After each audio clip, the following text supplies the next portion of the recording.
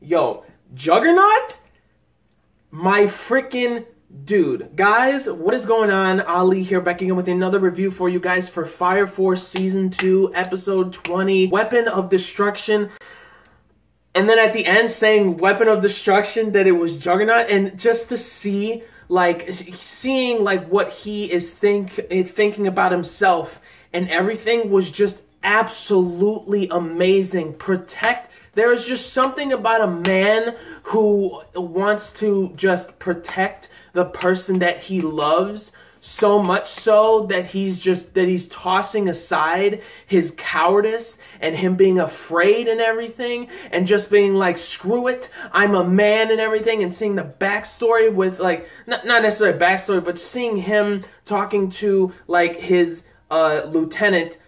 Used to be, because I did not expect his lieutenant of Company 2 to be taken out like that so quickly. Like, they introduced him specifically as having such a cool ability and everything when they were all in the Nether, because, like, this episode was everybody, like, doing a wide range search inside the Nether and whatnot, like Lieutenant Hinao with Maki's older brother, and, like, he's eyeing Hinao like he's pissed or whatever at him and whatnot, and like all of them going in the Nether and everything, and then Tamaki and Juggernaut that like ended up being together to be searching in the Nether and whatnot, and, like, just to see. Like, they didn't have to show all of these soldiers as, like, backstories or, like, their family, and then literally right after they're being killed and brought back to life by, I believe her name's Ritsu, right? Who's able to bring, who uses Necropyro to bring, like, them back from, like, the dead and whatnot, and, like, it got really, like, seeing all of it was, like, very not censored.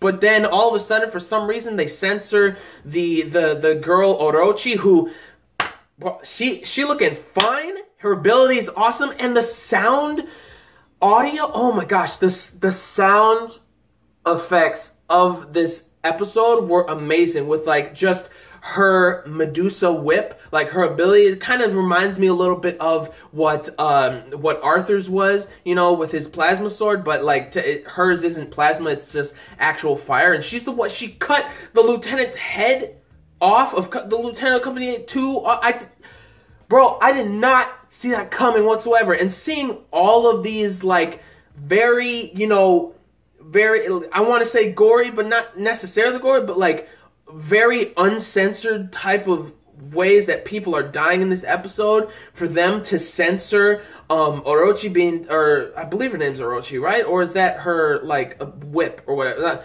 But Orochi being taken out by Juggernaut, that they censored that's very weird.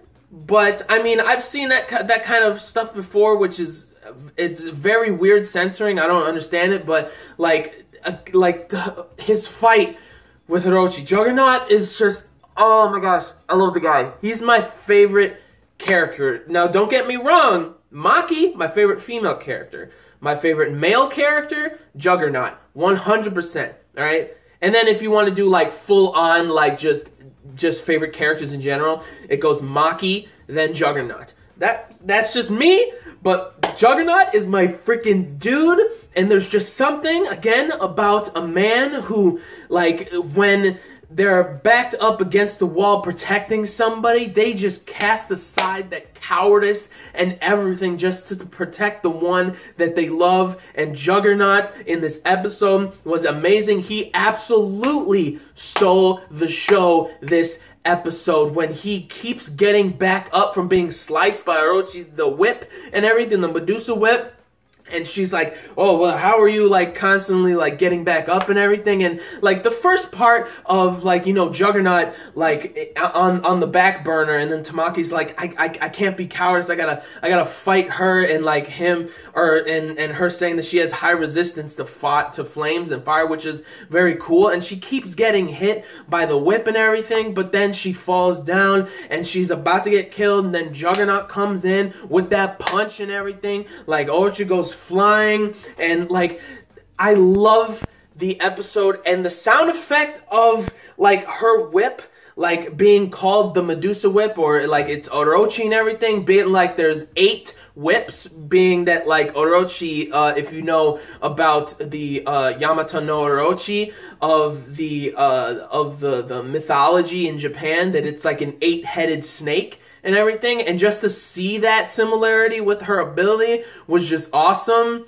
Like, it was like really cool and everything, but like overall it was really great to see like them all investigating the Nether again. And honestly, it was kind of funny stuff where like some of those soldiers died and Leech is just like, oh, like, okay, like they died and nothing's happening and whatnot, but then the soldier got back up and he's like, yes, of course, and he's running around. He's like, this dude doesn't have abilities, he's a scientist and everything, so he's by himself running around and shit, which is just hilarious and whatnot. So like the whole thing was just like horrifying, the people just dying and then getting back up like zombies and everything because of Richu's ability, the necropyro and stuff, and like it was a good episode and everything. Now I want to get into something that bothers me, but at the same time I really do like the character, and that's Tamaki, right?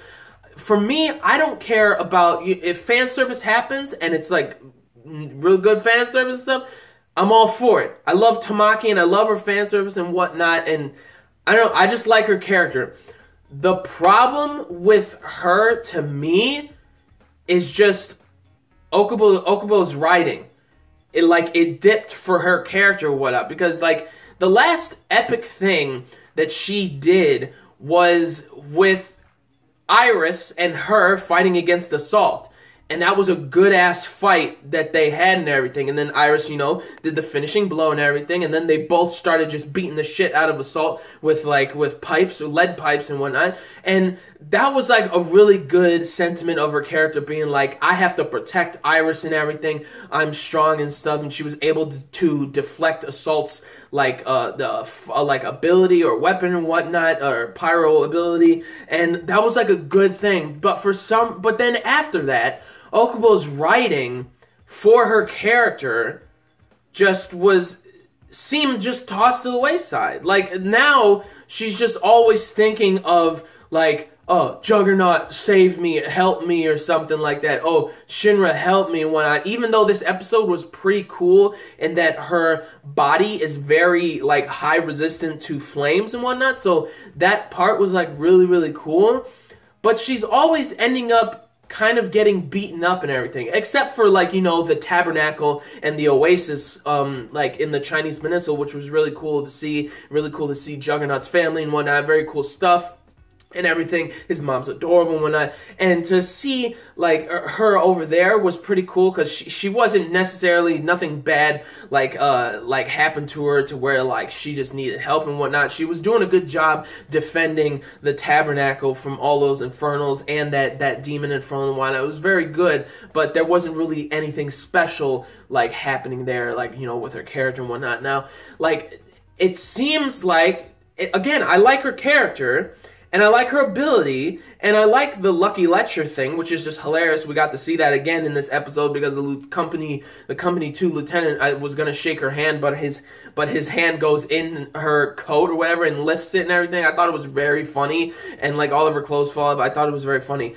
but just like her character, her character I like, and her like, you know, Lucky Lecture thing, her like fan service stuff I love too, and I love her design and everything.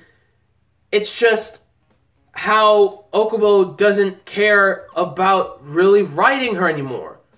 Like, I hate that on his part. I don't hate the character, I hate his writing for her character. It's annoying, and I hope that genuinely changes, because I don't read the manga or anything. I hope it changes within the anime or something, because I'm mad. I'm mad at the author, the creator. I'm mad at him. I'm not mad at the character that he made. I'm mad at him and his writing recently of her character. It's very annoying. Like, again, I like the fan service. Again, I like her design. Again, I like her ability. I like everything about her. It's just that he has just stopped really caring about writing her character. if that makes sense. Because, again, the last time we saw something very cool with her character and something very epic was when Iris and her were going up against the Salt. And she took it upon herself to defend Iris, and she was doing that the entire time and everything. So, and then after that, like, he just stopped, like, writing for her character or something. Please let there be a good arc with her character. I think maybe because, like, Shinra said that, like, if you need help or if you're ever in danger, call me or something. I'll be the hero or whatnot. Kind of messed with her head, I think, because of everything that happened with Rika or whatever. Again, I'm so glad he's gone.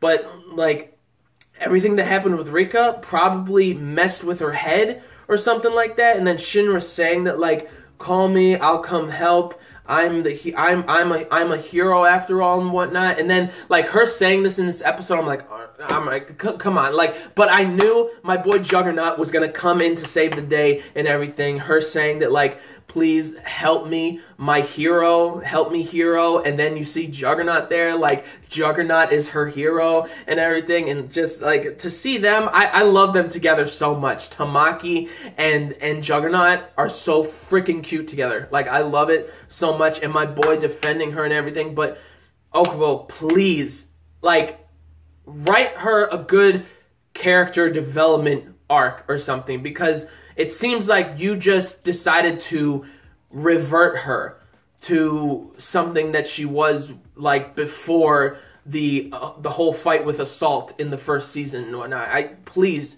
change it. Please change her character. Don't change the fan service, because I love the fan service. I think it's fantastic and everything.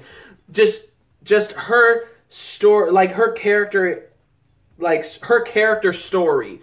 Please do something better with that in general. Because again, I love the fan service. I love the Lucky Lecture. I love it how, like, the comedy is with her ridiculous, like, fan service, how ridiculous it is.